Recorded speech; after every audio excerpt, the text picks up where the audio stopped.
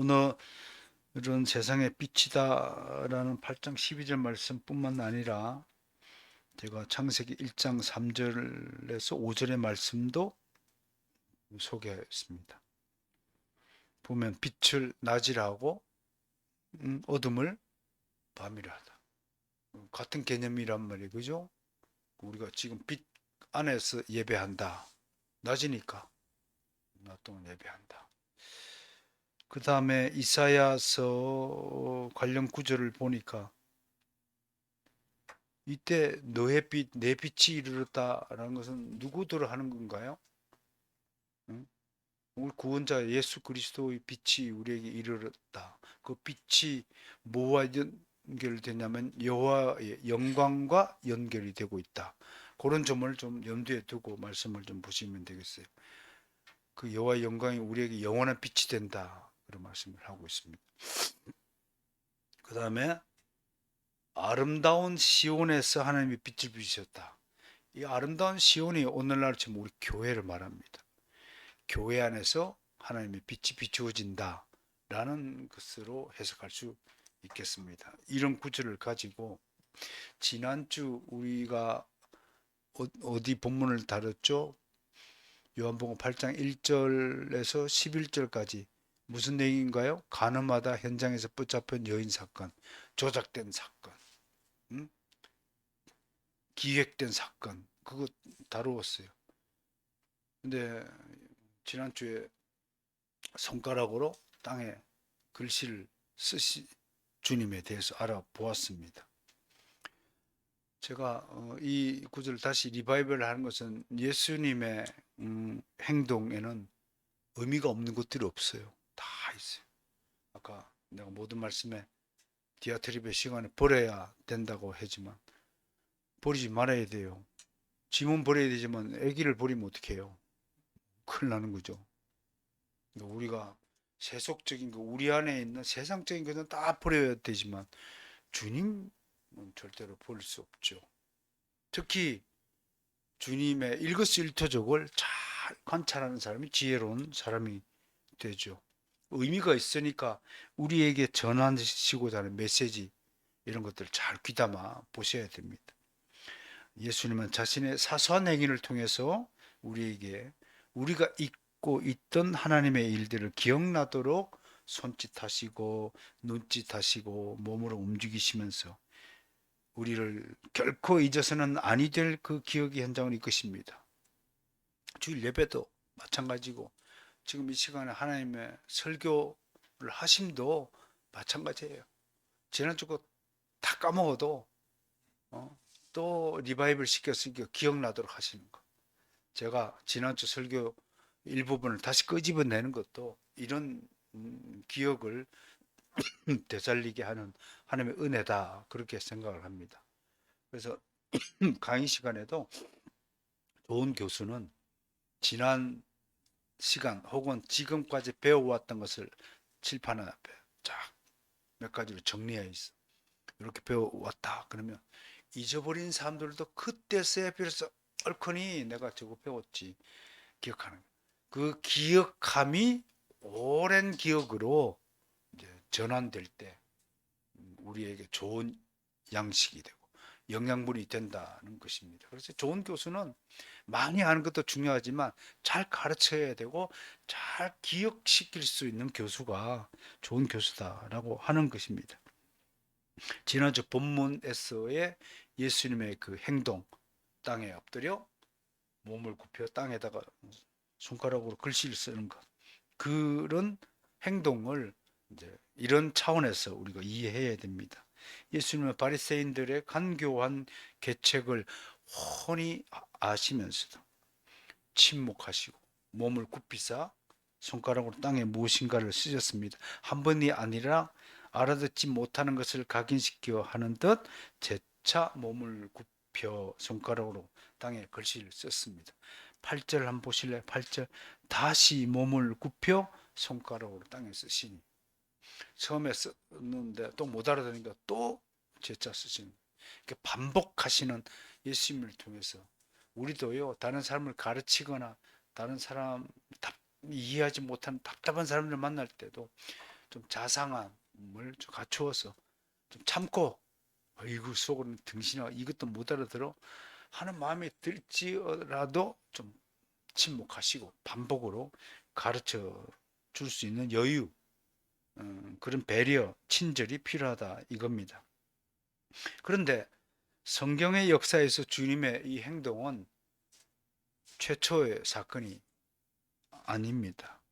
우린 출애굽기 31장 18절에서 비슷한 사례를 접하는데요. 이렇게 돼 있어요. 18절에 여호와께서 시내산 위에서 모세에게 이르시기를 마치신 때에 정급한 둘을 모세에게 주면서 이는 돌판이요 하나님이 친히 쓰신 것이라 라고 말씀하셨습니다. 돌판은 하나님이 친히 쓰셨다. 발가락으로 쓰지는 않았겠죠. 손가락으로 쓰셨겠죠. 돌판에 글씨를 새겼었다. 근데 돌판은 하늘에서 뿅 하고 나타나는 것이 아니라 땅에 있는 흙으로 만든 돌판에서 글씨를 쓴 것입니다. 그러므로 주님이 땅에 쓰셨다는 것은 출애굽기 하나님이 돌판에다가 쓴 것과 같은 의미, 같은 이미지를 가진다 이겁니다. 그러면 주님께서 이러한 행위를 하신 것은 바리새인들에게 어떤 메시지를 전달하고자 땅에다가 글씨를 쓴다면, 주님은 몸을 굽혀 글씨를 쓰시면서 바리새인들이 교만한 거짓에 대하여 아마 속으로 너희가 감히 나에게 율법을 상기시키는구나. 돌판에 율법을 친히 손가락으로 쓴 사람이 누구야?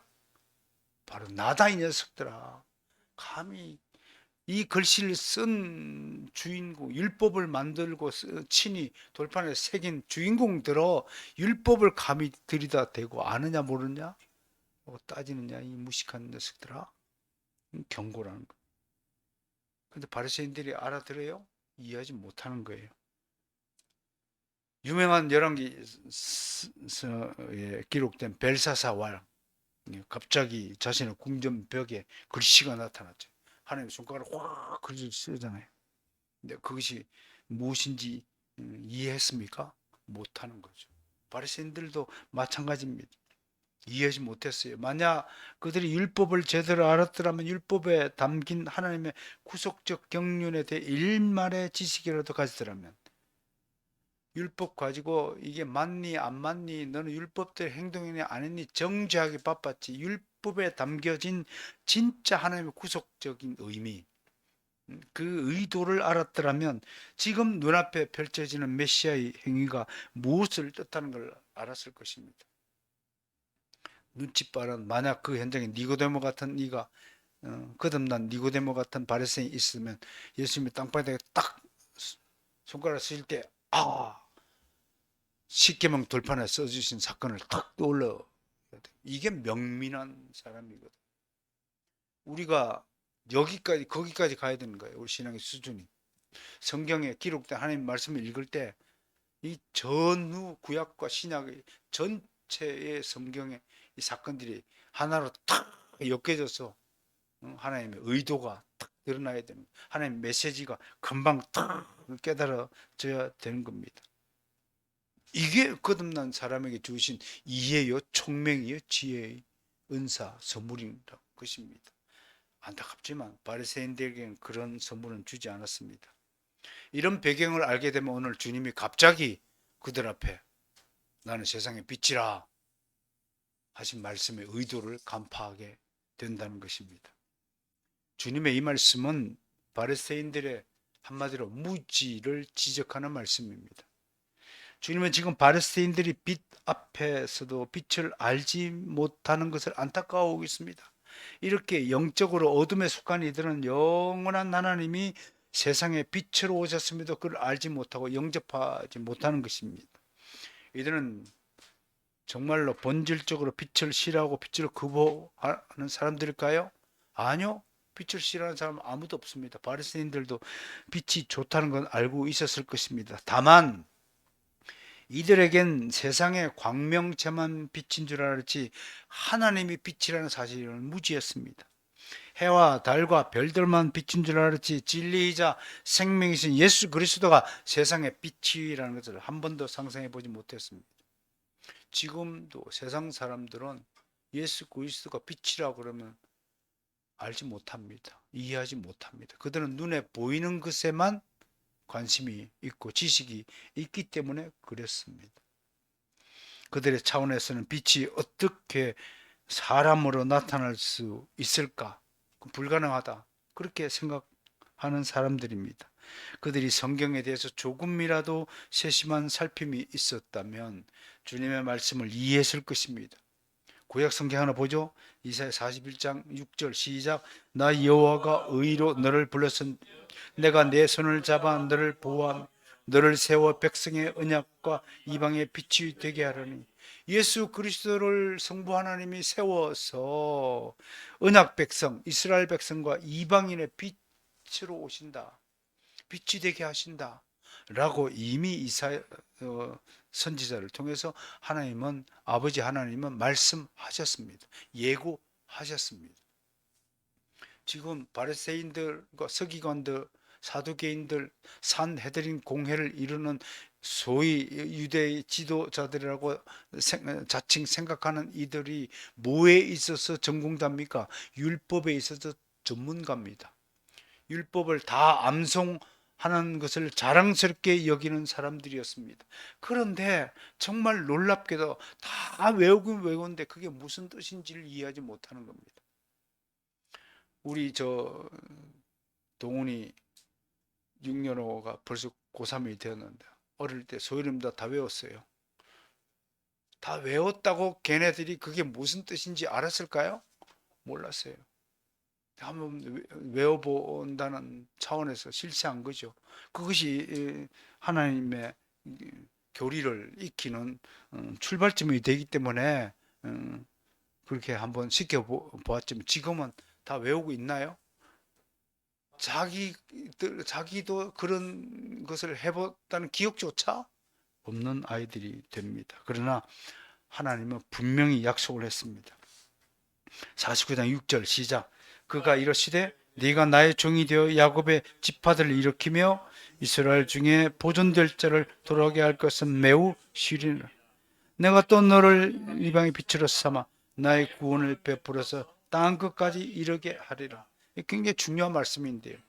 이스라엘 중에 보존될 자, 아브라함의 후손들, 약속의 백성들을 구원하는 것은 쉽다. 그러나 이방의 빛을 삼아서 이방인을 이스라엘의 가지에 붙은 접붙임을 받은 이방의 가지들을 구원하는 건 쉬운 일이 아니다. 그렇게 말씀을 하십니다.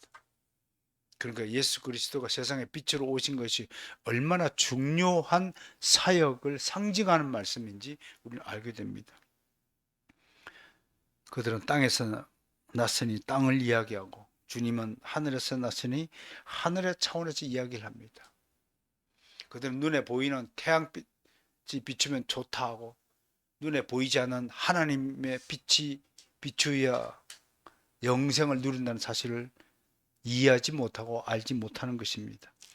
조금만 주의를 기울였다면 주님의 말씀이 모두 빛이요 진리요 구원의 길이요 생명이라는 것을 알 수 있을 터인데 혹시 저 이상한 사람에게 속아 넘어가지는 않을까 하고 의심의 눈초리를 거두지 않는 것입니다. 그래서 예수 믿지 않는 사람들을 심리학적으로 의심하는 사람들이라고 이야기합니다. 굉장히 의심 많습니다. 사람들이 얼마나 의심 많. 근데 정장료 심리학에서는요 통계적으로 속임을 당해도 그리 손해볼 것이 없는 사람이 의심을 더 많이 한대요. 넘어져도 그렇게 크게 손해볼 것이 없는 사람이 의심을 한대요. 재산이라고는 한 몇십만 원밖에 없는 사람이 의심을 한대요. 그거 잃을까봐. 근데 진짜 심리학적으로요 의심을 적게 하는 사람은 이제 재산이 많은 사람은 의심을 하지 않는데요. 그거 잃어봐야 별로 내 인생에 큰 타격이 없으니까 별로 의심을 하지 않는다는 거예요. 그러니까 이래서 그릇이 적을수록 의심을 많이 하고 그릇이 클수록 의심을 적게 한다. 그런 이야기가 될 것 같은데 제가 이 이야기를 소개하는 의도는 여러분 우리는 어차피 하나님이라는 어마어마한 세계 안에 하나님 나라라는 어마어마한 세계 안에 우리가 속해 있다는 것을 좀 잊지 말자는 뜻입니다. 우리는 잃어봐야요. 어? 잃지도 않을 뿐더러 하나님이 그걸 뭐 용납하지도 않을 뿐더러 여러분 아까 내가 디아테리비에서 세속적인 것을 좀 버리면 하나님께서 하나님 것으로 채워주신다는 좀 강력한 믿음을 좀 가지시면 좋겠다는 뜻으로 말씀을 드리는 겁니다. 그러나 바리새인들 입장에 가보면 왜 바리새인들이 예수님을 그렇게 경계하고 조심스러워 하느냐? 그들은 자칭 민족주의자, 애국자이기 때문에 그렇습니다. 그래서 자기 조국을 근본부터 흔들고자 하는 모든 시험과 유혹을 앞서서 막아내고자 했습니다. 그래서 백성들을 미혹하거나 유혹하는 사람이나 그런 움직임에 대해 매우 민감하게 반응하고 그런 위험을 사전에 차단하기 위해서 자기들끼리 힘을 합치고 공동 전선을 구축하여 방어하는 것입니다. 이건 당연한 것이라고 봅니다. 목사들이 왜 모여서 머리를 맞대고 협의하고 지혜를 모읍니까? 교회를 지키기 위해서요. 한국 교회에도 얼마나 많은 이단들이 침범하고 있습니까? 아주 이제는 뭐 뉴천지 같은 단체는 또 무슨 증인 같은 단체는 공공연하게 전도 행각을 벌이고 있지 않습니까? 그 얘기는 다른 말로 무슨 얘기냐면 도둑놈이 팻말을 딱 손에 들고 나는 도둑이다 하고 끌고 자랑하고 거리를 돌아다니는 것과 같은 이치라는 것입니다. 우리 사회가 이 정도까지 타락하고 위험한 사회가 되었다는 사실을 반증하는 것입니다. 그러니 기독교의 지도자들이라고 하는 사람들이 힘을 합쳐서 이런 위험을 백성들에게 알려주고 고지하는 것은 인지상정입니다. 그런데 여러분 생각해 보세요. 우리에게 접근해 오는 사람이 우리에게 정말 좋은 선물을 주는 은인인지 우리 것을 빼앗아서 우리 것을 없애려고 하는 악인의 행동인지를 구분하고 대응을 해야 되는 것입니다. 지금 우리는 뉴천지나 뭐 무슨 정의 같은 이단들이 교회 안에 침투하는 것을 결사코 교회 지도자들 힘을 합쳐 막아내야죠. 그런데 바리새인들은 자기들이 지금 죽을 지경에 있는 사람들이잖아요. 자기들이 지금 구원을 받아야 되는 입장에 있는 사람이잖아요. 그런데 예수 그리스도가 자기들에게 왜 왔어요? 바리새인들마저도 불쌍히 여기고 그들을 구원하기 위해서 오신 겁니다. 근데 그 구원하게 은혜를 베풀기 위해서 우리 집에 쌀이 떨어졌어요. 그래서 밥을 지어서 똑똑 노크를 두들고 야, 밥 우리가 만들었으니 그냥 밥 좀 먹고 기운 차려 하고 들고 왔더니 그 집에 돌멩이를 듣고 이 나쁜 놈아 밥에다가 동물을 탔지 너 나 죽이려고 지금 바리새인들이 이렇게 하고 있는 거죠. 그러니까 만약에 바리새인들이 자신들을 구원하러 자신에게 은혜를 베풀려고 온 예수 그리스도가 누구인지를 알게 되었다면 그렇게 저항하지 않았을 것입니다. 그런데 무지하다 보니까 예수 그리스도라는 새로운 인물은 바리새인들 입장에서는 새로운 위험 인자요. 지금까지 듣도 보지도 못한 새로운 유혹이었습니다. 그래서 바리새인들은 사람들이 예수님의 설교를 듣는 거 굉장히 싫어했던 것입니다. 예수님의 가르침에 동조하는 거 굉장히 거부했습니다. 우려했습니다. 그래서 백성들에게 그런 자에게 미혹되지 말라. 그는 귀신 들린 자다. 그 정상적인 녀석이 아니다. 정신병자 같은 녀석의 이야기를 왜 듣고 미혹되느냐? 라고 백성들을 호도하고 있는 것입니다. 시 한 편을 제가 소개합니다. 너무 우리에게 웃음을 주는 해악과도 같은 시라서 소개합니다. 제목이 오징어입니다. 눈앞에 저 빛, 찬란한 저 빛. 그러나 저건 죽음이다. 의심하라. 모든도 아니고 모든 광명을 의심하라. 오징어에게 준 충고입니다. 왜 그럴까요? 풀이를 이렇게 했어요. 오징어 잡이 배는 칠흑 같은 어둠의 바다를 향해 달리다 일제히 배 위에 설치된 모든 집어등을 켭니다. 이 집어등은 오징어를 소집하는 등불입니다. 오징어에게 이 화려한 불빛은 자신들의 목숨을 바쳐서라도 물고 싶은 치명적인 유혹을 안고 있습니다. 오징어들은 죽는다는 것을 아는지 모르는지 이 강렬한 유혹의 불빛에서 벗어나지 못하고 미끼를 덥석 뭅니다. 그래서 시인은 오징어를 향하여 의심하라 모든 광명이라고 소리친 것입니다. 세상의 유혹이 이렇다고 저는 생각합니다. 유혹이란 너무나 강렬해서 좀처럼 그곳에서 눈길을 돌리지 못합니다. 그러나 유혹의 결과는 치명적입니다. 최종적인 결과는 지옥입니다. 이거 분명히 우리가 인지하고 다시 한번 반추해야 됩니다. 유혹의 결과는 패망이요, 돌이킬 수 없는 실패요, 죽음이요, 긴 어둠의 터널입니다. 그 다음 글들은 제가 각색한 겁니다. 오징어에게 주는 충고입니다. 오징어는 그 미끼를 물지 말았어야 됩니다. 어느 도마 위에서 칼질을 당하고 회 한 접시가 되어서 인간의 입안에서 씹힐 때쯤 오징어는 그때 그 미끼, 그 유혹을 참을 것을 하고 후회하지만 때는 늦은 것입니다. 오징어만 그럴까요? 우리는 거기 가지 말아야 하고요. 그 일에 손을 대지 말아야 하고, 그 사업에 투자하지 말아야 하고, 그 친구를 따라서 그곳에 놀러 가지 말아야 했고, 그 남자 그 여자를 만나지 말아야 했다고 후회하는 인생이 부지기수입니다. 이런 일들이 반복되는 이유가 무엇일까요? 그것은 진짜 빛이신 하나님을 만나지 못하고 가짜 빛의 유혹을 당하고 살기 때문입니다.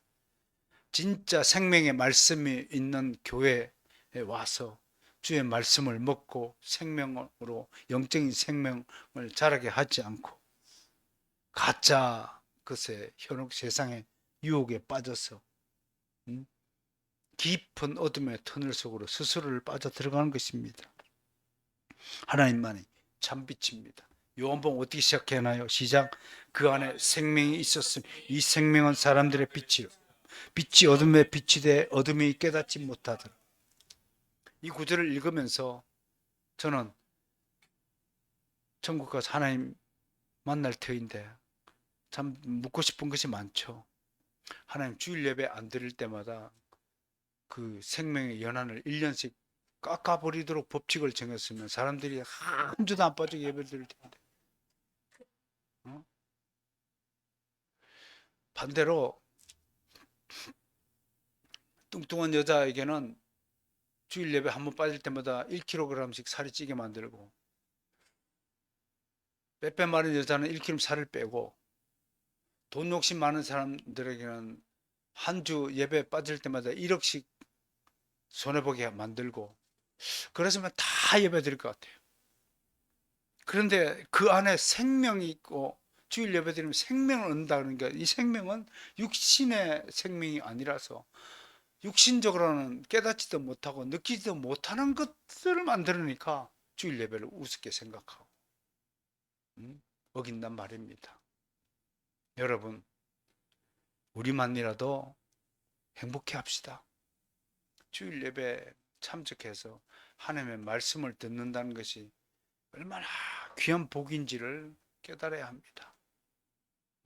잠시 어떤 사정상 함께 드리지 못한다 할지라도 그것을 놓고 정말 마음 아파한다면 그것만으로도 주께서 불쌍히 여기시고 복을 주시는 우리 주님이라는 사실은 분명합니다. 그럼에도 진짜 주님이 기뻐하시는 일을 위해서 우리가 인생을 투자해야 합니다.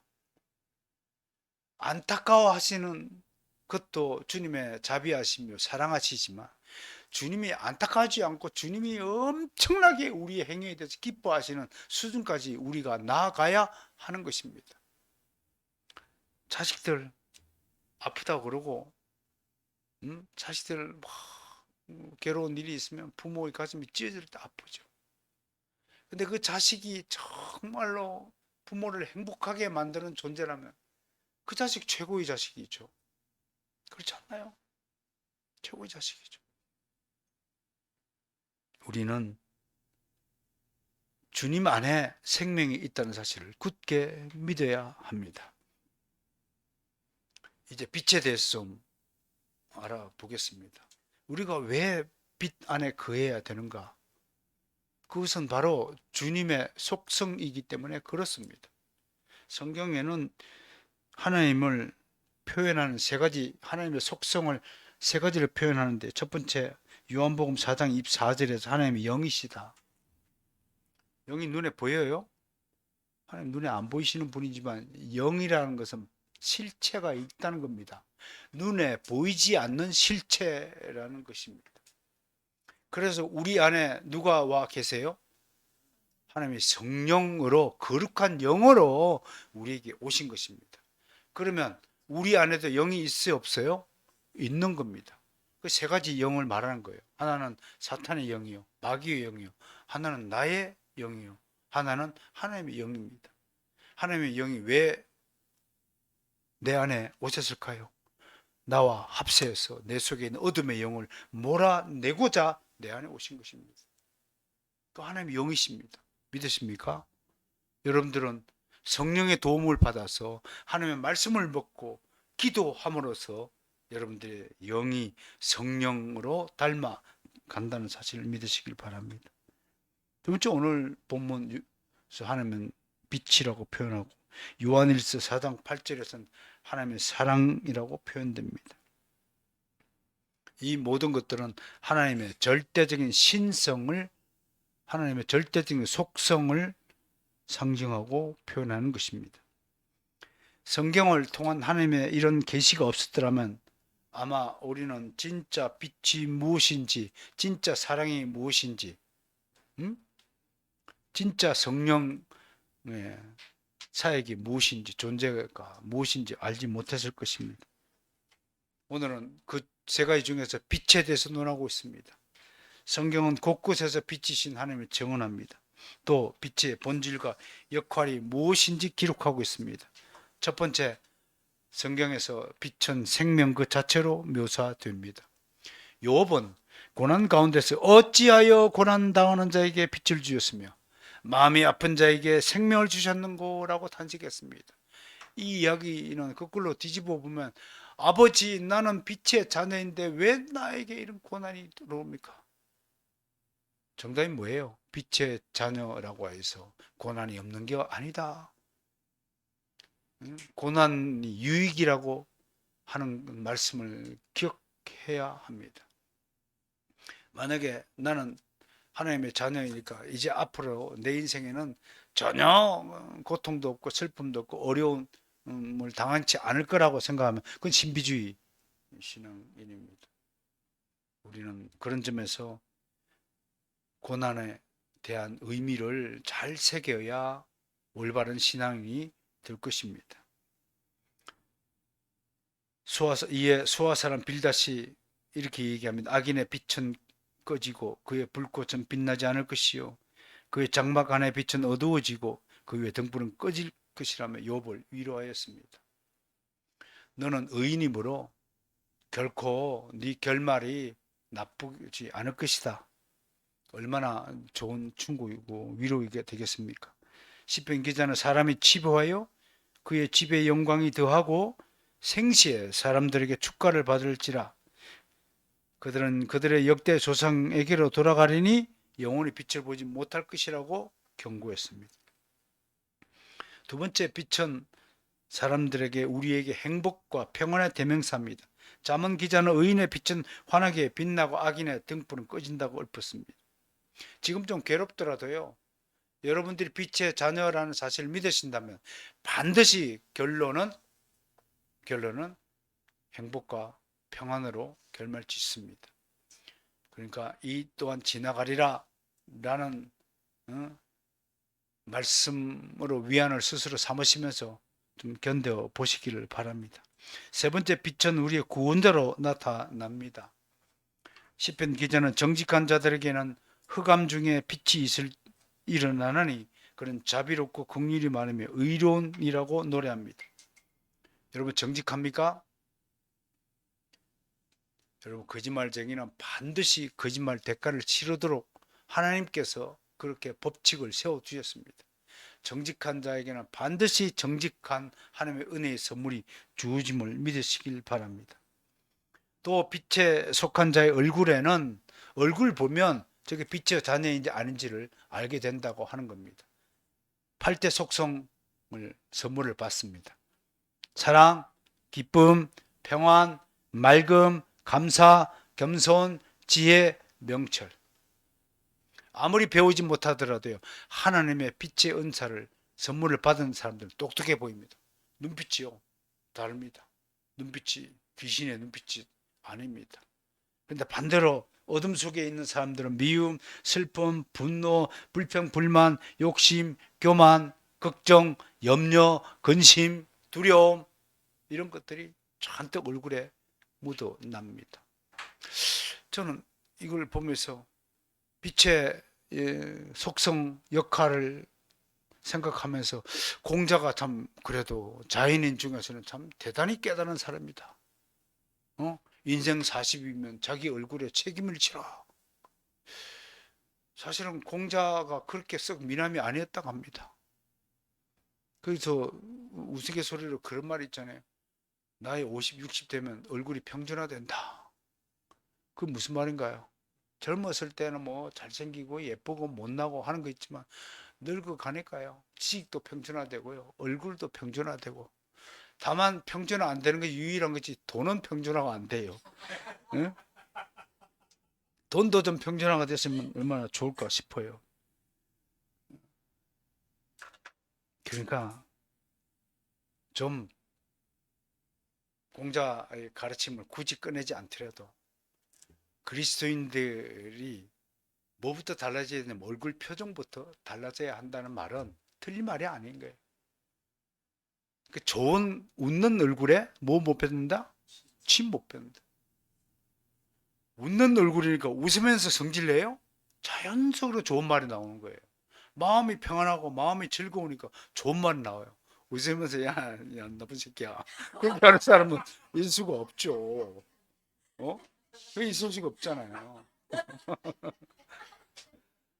그리고 그리스도인의 얼굴에서는 하나님의 선한 열매만 드러난다는 것을 우리가 생각해 보면 우리가 왜 얼굴 표정을 다듬고 좋은 말씨, 선량한 말씨, 다른 사람을 행복하게 만드는 말투 이런 것들로 고쳐져야 하는 것을 알게 됩니다.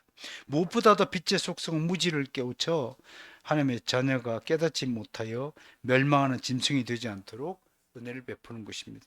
오늘 바리새인들에게 이걸 강조하기 위해서 나는 세상의 빛이라 라고 말씀하신 거예요. 빛을 심령에 받은 자는 무지에서 해방됩니다. 일자 무식권도 기독교 교회에서 교리를 배우게 되면 유식해집니다.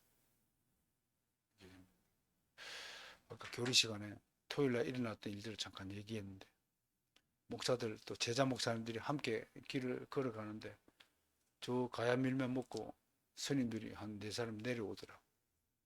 그 앞에 이제 부처님 오신 날 이렇게 그러니까 제가 또 그냥 지나가는 사람은 아니잖아요. 아, 얼마나 스님들이 또 좋으신 분들이에요. 그래서 아, 스님 부처님 오시나 축하합니다. 그랬더니 합장을 하고 인사하고 해서 진짜 궁금해서 그러는데 부처님 어디 또 오신 거예요? 내가 그래서 도망쳐 가더라. 아니 오셨다는 것도 어디 또 오시는 거 아니에요. 근데 지금도 한 번도 불교에서는 어디서 오셨다고 말하지 않고 여기 있다가 깨달아 가지고 부처가 되었다라고 얘기를 했죠. 땅에서 하늘로 가든지 어디 있다 오신 것 언제부터 그렇게 교리가 바뀌었는지 몰라서 여쭤볼 때 대답 안 하고 그냥 가시더라고. 여러분 주님이라는 빛이 우리 심령에 비추어지면 이렇게 몰랐던 부분 모순된 부분들로부터 해방되는 겁니다. 그래서 진리가 너희를 자유케 한다라는 말씀 드립니다. 그런 어디서 있다 오셨습니까? 그 간단한 질문 같지만 굉장히 폐부를 찌르는 그 불교의 모순된 교리 주장을 찌르는 말입니다.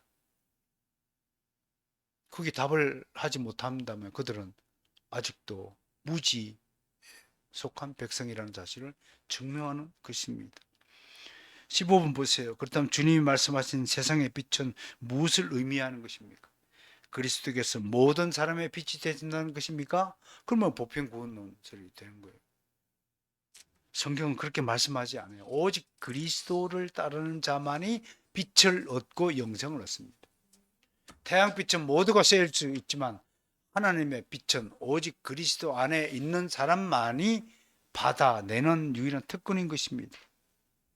요한복음 12장 46절도 보편구원설을 반박합니다. 나는 빛으로 세상에 왔나니 무릇 나를 믿는 자는 어둠에 거하지 않게 하려 함이로다 하는 말씀은 예수 그리스도를 믿는 자에게만 해당되는 말씀입니다.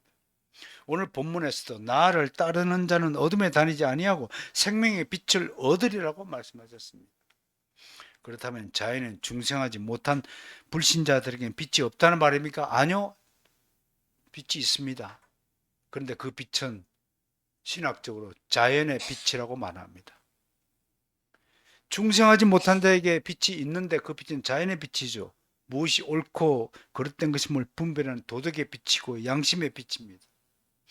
자연 안에 수많이 주어진 하나님의 존재에 대한 증거들을 인식할 수 있는 능력들이 있습니다. 그래서 너희가 핑계치 못한다라고 딱 하나님께서 못 박았습니다. 충분히 알 수 있는 능력이 있음에도 불구하고 의도적으로 신의 존재, 하나님의 존재를 거부하는 것이고 부정하는 것입니다. 왜? 영적인 빛이 주지 않았기 때문에 그렇습니다. 그래서 그들은 지성과 도덕적인 분별력을 부여받았다 해도 자연인 가운데도 머리 좋고 똑똑한 사람이 얼마나 많습니까? 지금 그 챗 GPT를 연구하는 사람들은 엄청나게 또 새로운 새롭게 개발된 것들을 우리에게 소개하더라고. 희진이가 그 무슨 협회? 응용 언어 학회인가 가입이 돼서 어제 토요일 날 아주 젊은 박사가 강의를 하는데 GPT가 어디까지 발전할 것인가 가르치는데 정말 깜짝 놀랄 노자 하더라고요. 여러분 자연인들도 이런 능력을 부여받았어요. 그런데 자연인에게 비춰지지 않는 빛이 뭐예요? 예수 그리스도의 빛이 비추지 않아서 영적으로는 여러분 육적으로는 그렇게 똑똑하고 능력이 출중하면서도 영적인 생명이 주어지지 않아서 아직은 영적인 진리를 발견하지 못하는 거예요. 주님 이렇게 얘기했어요. 나를 따르는 자는 어둠에 다니지 않고 생명의 빛을 얻으리라 라고 말씀하셨어요. 2000년 전의 세상이나 오늘의 세상은 여전히 영적인 어둠 가운데 처해 있습니다. 무엇보다도 세상에 속한 자들을 잘 살펴보세요. 그들이 영적인 생명이 비추이지 않아 도무지 진리에 대해 관심이 없습니다. 생각조차 하지 않고 살아갑니다. 이게 특징입니다. 이들에게는 성경을 읽고 싶은 마음도 없는 거예요. 성경이 어떤 책인지 관심도 없어요. 이들은 오직 돈 잘 버는 방식을 가르쳐주는 강의는 들을지라도 성경이 무엇인가를 가르쳐주는 교회 안에서의 강의에는 참여하지 않습니다. 이들이 그래서 불행한 사람들입니다. 어둠에 속한 자들입니다. 오늘 본문에서 먼저 살펴야 할 것은 주님이 자기가 세상의 빛이라고 하신 말씀이 어디에 위치했느냐 그거 살펴야 됩니다. 바로 가늠한 여인 사건 뒤에 이어지는 것입니다. 지난주에 소개했듯이 가늠한 여인의 이야기는 인위적인 각색이요 삽입의 문제를 놓고 치열한 논쟁의 대상이 되는 본문인데 이런 논란을 단번에 해소시키는 유일한 구절이 오늘 소개하는 본문의 말씀입니다. 즉 오늘 주님의 이 위대한 선포는 앞의 구절과 자연적으로 연결되어지는 말씀입니다. 죄인을 정죄할 권세를 가진 자도 주님이시요 정죄하지 않을 권세를 가진 분도 주님이심을 바리새인들에게 증거하시면서 그럼에도 주님이 누구인지를 알지 못하고 주님이 하신 말씀과 행동과 사건 자체를 전혀 이해하지 못하고 깨닫지도 못하는 그들에게 나는 세상의 빛이다 라고 전하신 것입니다. 다시 말해서 의도적으로 사건을 기획하고 다른 사람을 올무에 걸리게 하기 위해서 음모를 꾸민 바리새인들은 분명히 빛이 아니라 어둠에 속한 자들입니다. 그 어둠 속에 거하는 바리새인들을 향해 빛이신 주님을 믿으라고 요구하신 것입니다. 내가 진짜 빛이다. 내가 진짜 빛이라는 사실을 믿을 때 너에게 영생이 주어진다. 그걸 지금 강조하신 거예요. 현대사회에서 특히 유럽과 미국 사회에서 가장 악질적인 범죄는 의도적으로 꾸민 사건을 말합니다. 사기를 쳐서 의도적으로 속이거나 다른 사람의 억울한 누명을 씌우거나 이런 악행들을 형법적인 차원에서 가장 악질적인 범죄로 규정합니다. 우리는 사기를 쳐도요, 뭐 몇 분 만에 벌금 내고 말지만 미국에서 사기치면 바로 사형죄입니다. 왜? 의도적으로 다른 사람을 몰락시키기 위해서 꾸며낸 사건, 가장 기독교에서 말하는 악질적인 범죄라고 하는 겁니다. 무슨 의도를 가지고 실수를 하는 것은 하나님 용납하지만요, 고범죄 가지고 다른 사람의 누명을 씌우거나 내가 저질 놓고 저 사람이 했다라고 이야기한다는 건 굉장히 위험한 사건입니다. 특히 정치적으로 상대를 제압하고 권력을 장악하기 위해 수단 방법을 가리지 않는 저주받은 인간 군상의 추악한 모습들이 우리 모습들입니다. 우리나라도 마찬가지죠. 얼마나 감추어진 곳에 추악한 범죄를 모의하고 작당하는지. 뭐 이번에 그 코인 사태, 루나 사태, 권도영인가 하는 그 젊은 친구 보십시오. 나는 그 친구가 한국인이 아니었으면 덜 부끄러웠을 겁니다. 왜 한국에서 자라는데 그 젊은 청년이 그렇게 사기적인 수법으로 재세를 모으게 하는가? 또 어떤 의원은 지금 뭐 세상에 뒤에서 온갖 코인 장난질을 하고 그럼에도 부끄러움을 몰라요. 당당하게 나서 웃으면서 기자들 앞에서 웃으면서 그건 웃는 얼굴에 침 뱉는 사람입니다. 사태가 이렇게 왔어요. 그런데도 그런 행위를 좋단다고 지지하는 사람은 또 뭡니까? 같이 어둠에 속한 사람들입니다. 제가 일전에도 말씀드렸던 여론조사 기관들, 여론조사 문항들 보셨어요? 세상에 그렇게 조사하는데 어떻게 똑바른 결과가 나옵니까? 먼저 전제를 해요. 잘못된 것이 뭘. 뭐 대통령의 친일적인 외교에 대해서 질타를 받고 있는데 당신은 어떻게 생각합니까? 세상에 그렇게 묻는 문항이 어디 있습니까?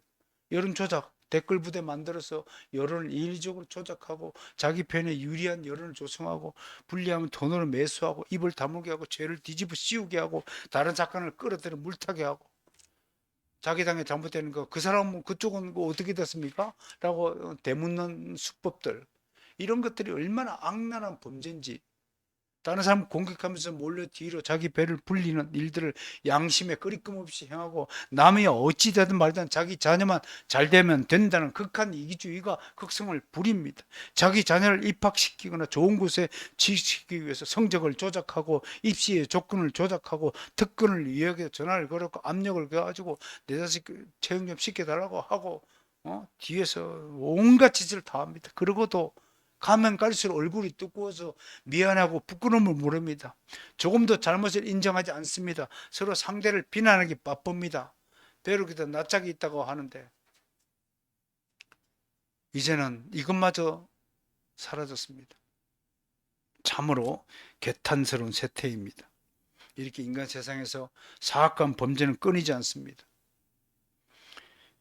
그 이유는 성경에서만 찾을 수 있잖아요. 인간이 어떤 존입니까? 우리는 출생 때부터 죄인의 신분을 가지고 태어납니다. 전적으로 타락하고 부패한 악인입니다. 바울만 죄인의 괴수가 아니라 지금 여러분 앞에 서 있는 이 최단 목사도 죄인 중에 죄인입니다. 본질적으로 우리는 하나님의 영광을 구하는 자가 아니라 자신의 유익과 자기의 영광을 구하는 자입니다. 예수 믿는다고 하면서도 얼마나 우리가 주님 앞에 충성하지 못하고 나의 일부터 먼저 궁구하는 사람이지 않습니까? 이런 인간의 비참한 상태를 하나님 오늘 고치시고자 말라기 선지자를 통해서 이렇게 약속했습니다. 시작. 내 이름을 경외하는 너에게는 공의로운 해가 떠올라서 치료하는 광선을 비추리니 너희가 나가서 외양간에서 나온 송아지같이 뛰리라. 사랑하는 성도 여러분, 이렇게 악한 짓만 골라서 하는 우리 같은 자녀들 사랑으로 용서해 주시고 빛을 비추어서 어둠을 물러나게 하시고 우리의 눈에서 눈물을 거두시게 하시고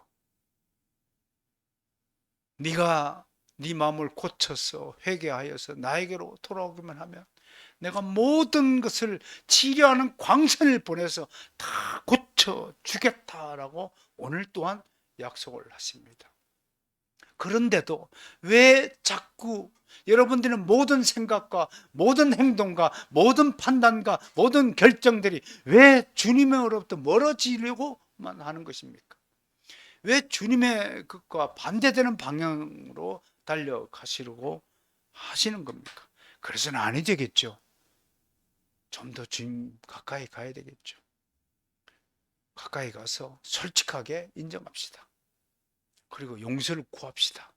그럴 때 자비하신 우리 하나님은 모든 것 과거 불문하고 다 용서해 주시고 우리를 치료해 주시고 우리에게 평안을 주시고 행복을 주시고 새로운 생명을 주신다고 하는 것입니다. 주님이 명령하실 때 따라서 합시다. 따라서 합시다. Yes, yes, I see. 예, 알겠습니다. Yes, 하십시오. Yes, 무조건. 어저께도 제가 제자 목사님들에게 일단은 선생이 얘기하면 Yes부터 하라고. 그 Yes, but 법칙이라고. 처음부터 but no 그러면 그 누가 좋아하겠습니까? 그런 사람을. 그러지 마시고 Yes 하십시오. 우리를 위해서 주님이 하나님 앞에서 Yes가 됐습니다. 주님은 우리 안에 모든 어둠의 구름을 치우시고 맑고 의로운 빛을 비추셨습니다. 인간의 추악한 범죄를 해소하는 유일한 길은 우리 주 예수 그리스도 뿐이십니다.